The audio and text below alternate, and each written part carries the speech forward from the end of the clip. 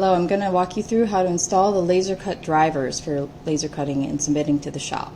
You need to make your way to the information for current student page of the fabrication workshop. All of this information will be in Lasercutting soon, but you need to find the link for download Lasercut drivers. Once you hit download on this, it will start the download of the installer, and then we need to click on this. We're going to say yes. And now you need to walk through the system and say agree. We are using a VLS platform, so we want to click this guy. We want to install Universal Control Panel and install print drivers. And we want to select the VLS 6.60/75, this last one here on the list. And then we're going to hit install.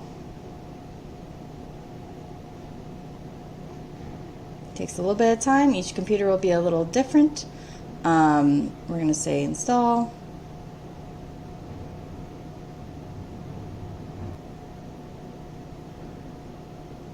Okay, and then we can say finish.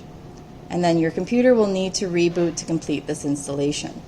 Once this is complete, the UCP system will exist on your drive. You can open it to view your Lasercut files, but then it'll be active as a print driver for Rhino and AutoCAD.